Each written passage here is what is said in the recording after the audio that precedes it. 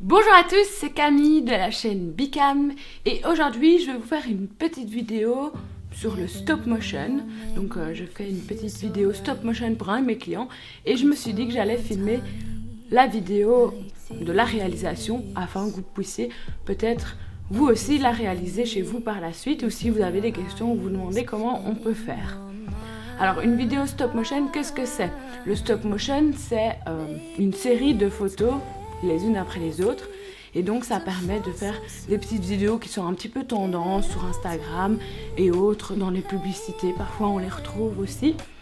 Et en fait ça permet surtout d'animer un objet qui en soi ne sait pas bouger tout seul, et avec le stop motion, eh bien, cet objet bougera de lui-même.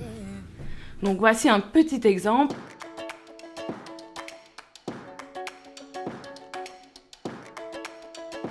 C'est parti pour l'installation du setup. Under the stars, 'cause what's mine could be yours if you want it. Baby, show me all that you are, 'cause tonight I'll be yours if you want it. You make me so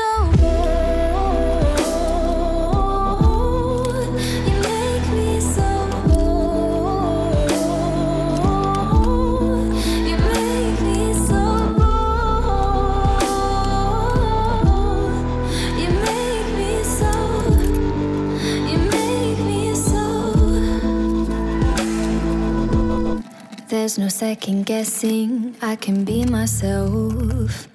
You understand so well. Hey, hey, maybe. Pour faire le fond de mon stop motion, j'ai décidé d'utiliser des planches à maquette en fait. Vous voyez, c'est ce qu'on utilise pour faire les maquettes que les architectes utilisent. Et c'est de la récup, hein. De l'autre côté, j'ai des annotations, c'était pour une présentation. Et donc j'utilise ça parce que voilà, c'est blanc, ça reflète de la lumière. Et moi j'ai besoin d'un fond blanc pour le stop motion que j'utilise. Alors ne vous préoccupez pas trop si jamais il y a des taches ou que c'est pas vraiment nickel. Eh bien c'est pas très grave parce qu'a priori vous pourrez faire des retouches en post-production de manière plus facile puisque votre plan sera fixe. Donc moi je fais un stop motion où la caméra ne va pas bouger. Donc si j'ai un élément sur mon décor qui est sur mon fond qui est un peu disgracieux, je pourrais plus facilement l'enlever. Donc pas de soucis.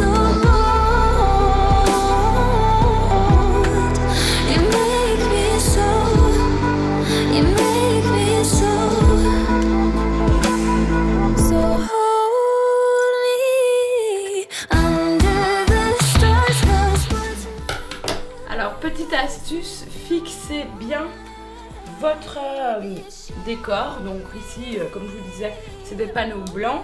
Je vais bien les fixer pour pas qu'ils bougent, parce que comme je vais bouger mes objets, je risque de bouger aussi la planche et ça va me créer des problèmes en post-production. Donc fixez bien la planche, enfin, ou votre feuille.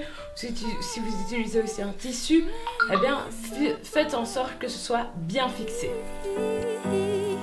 You make me so, you make me so bold.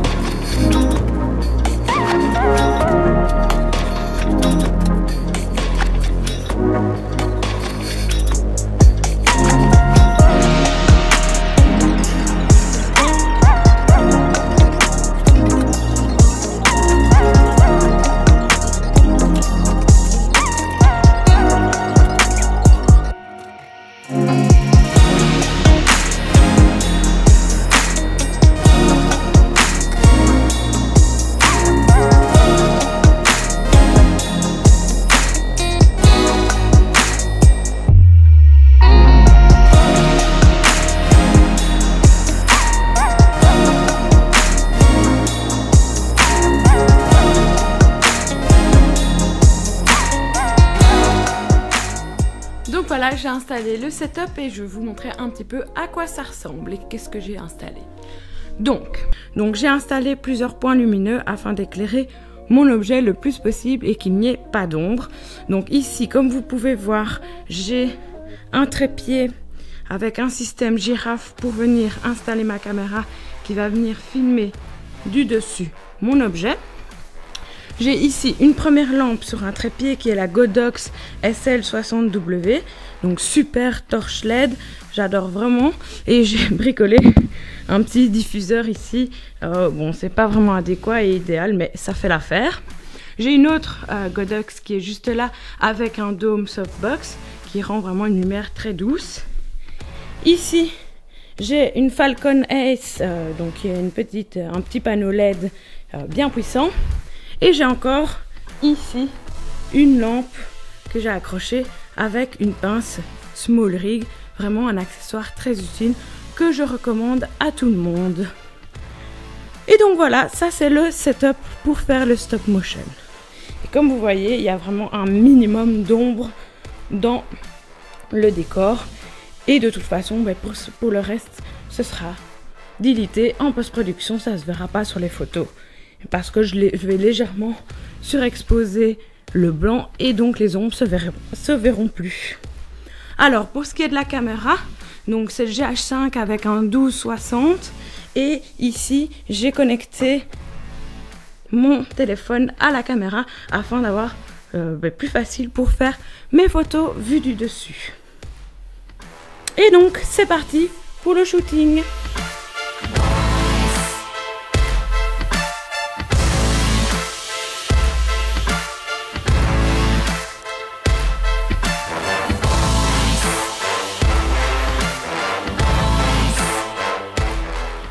J'ai installé la première phase de mon stop motion et en fait dans ce cas-ci je vais devoir procéder à l'envers.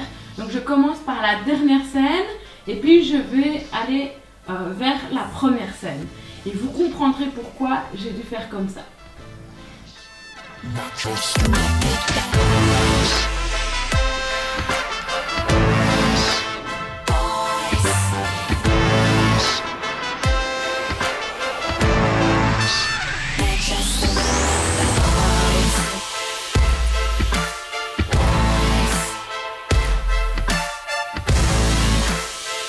Et donc c'est bien dommage parce que je n'avais pas réalisé que la caméra s'était éteinte, j'avais plus de batterie et donc c'est un peu dommage parce que le moment le plus intéressant n'a pas été filmé. Mais c'est pas grave parce que je fais un deuxième stop motion là tout de suite maintenant.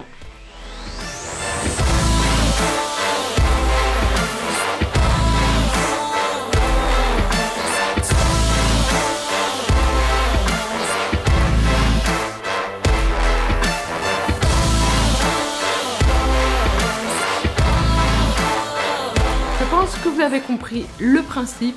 Donc ce qu'il vous faut, c'est un bon éclairage, c'est un fond assez uniforme et alors l'idéal c'est d'avoir un déclencheur pour la caméra ou vous pouvez utiliser comme moi votre smartphone avec l'application pour déclencher à distance la caméra. Et ensuite vous prenez une photo, vous déplacez votre objet, vous prenez une photo, vous déplacez votre objet et ainsi de suite. Alors je vous conseille de faire des tests et puis de recommencer la version finale parce que quand c'est la première fois il faut essayer de comprendre un peu le raisonnement et aussi pour pouvoir créer des chorégraphies dans sa tête et de les faire correctement, ça demande de l'entraînement. J'espère que ce making of vous a plu. Donc là c'était un peu la partie tournage, la partie où je monte le setup, je vous explique comment faire, ou plutôt je vous montre comment faire. Je sais que j'ai pas été très explicative, mais c'est vrai que c'est assez compliqué, ça demande de la concentration aussi. Et puis là, j'ai fait des choses aussi assez méticuleuses, donc c'était pas évident de penser à vous faire un retour. Mais vous inquiétez pas, je compte vous faire aussi une vidéo post-production où là, je vous expliquerai mon processus pour passer de photos à une vidéo animée sympathique et donc on se retrouve dans la prochaine vidéo dédiée au stop motion.